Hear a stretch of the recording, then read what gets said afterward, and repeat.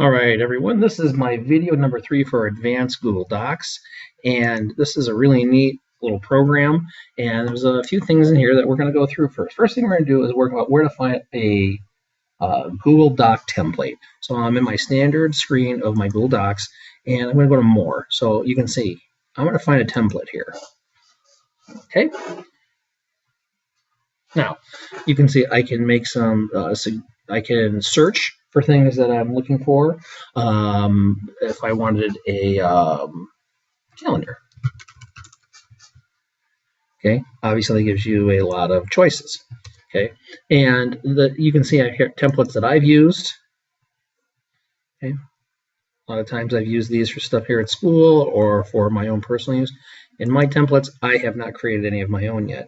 We also have some ways that we can sort some things by the most used, the highest ratings.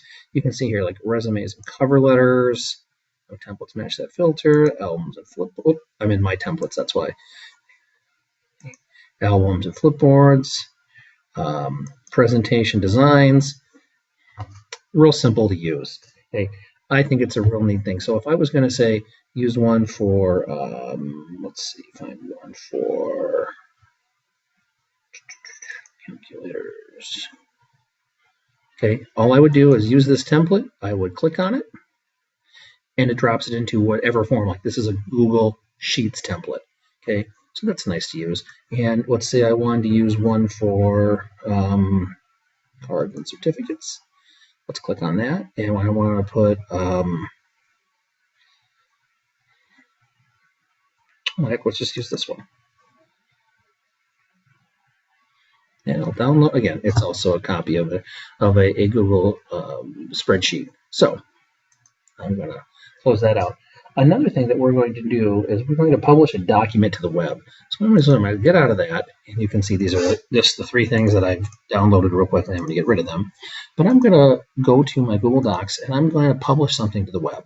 And I have my teachers use this a lot when publishing and sharing something with their students. So this is a shared doc to publish on the web. Okay, no problem.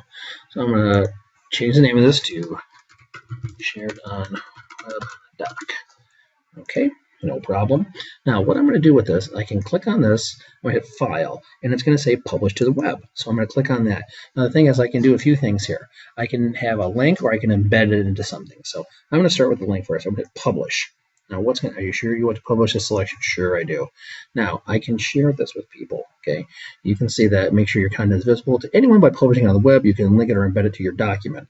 So I'm not embedding it into my document, but I could put it into like a Google document form so people can click on it, very similar to like a link on a web page, but I'm going to embed that into like a document, like in Microsoft Office, or in this case, Google Docs. So what I'm going to do is, okay,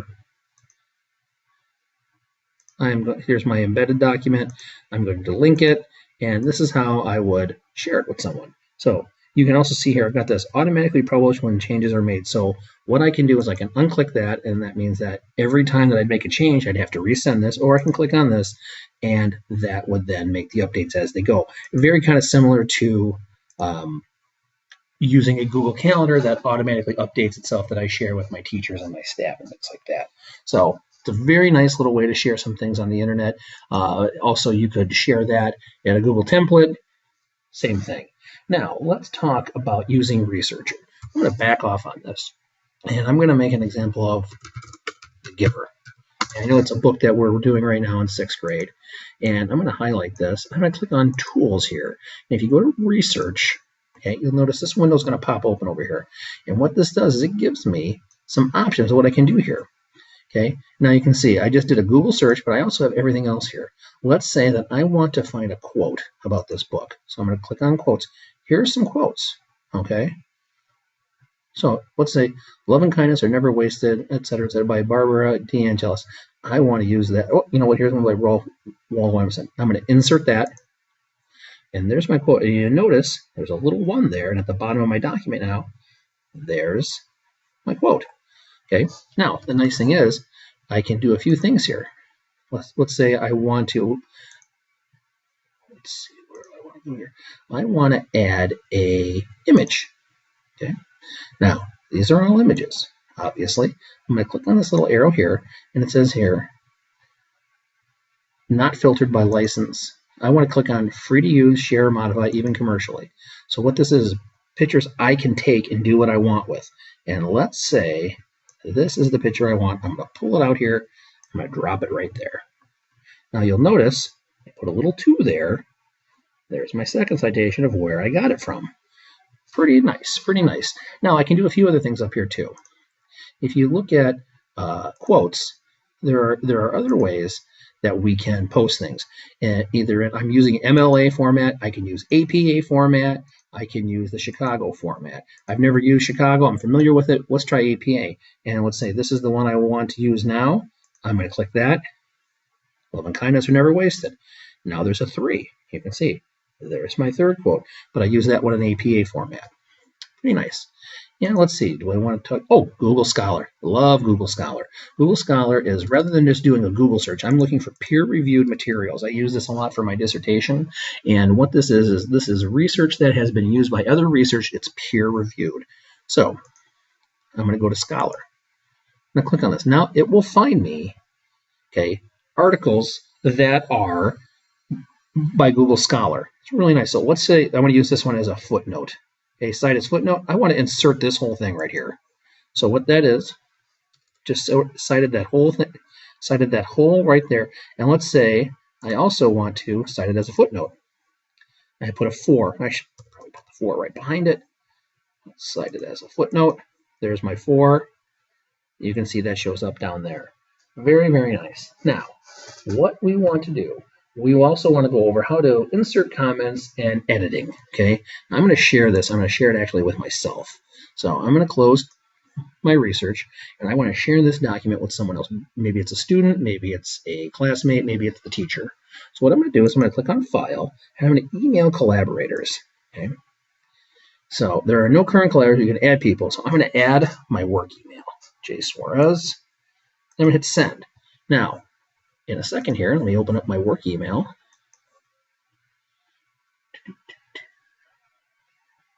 Switch accounts. And you can see, so I'm going to share that. Okay, I'm going to open this up in Docs. Okay, now the nice thing about this is, you can see, here's what I've been working on. Okay, I'm going to add something. Now it tells you where I'm at. This is John Suarez. I'm going to add some things to this.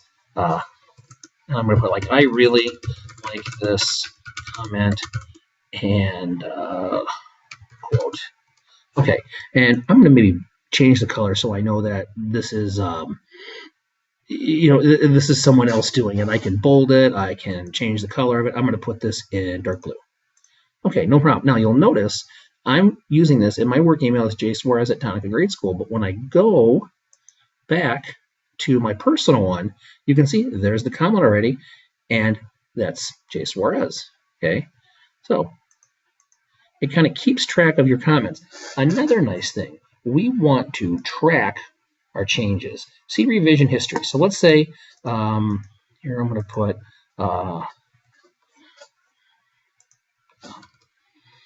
make a change here.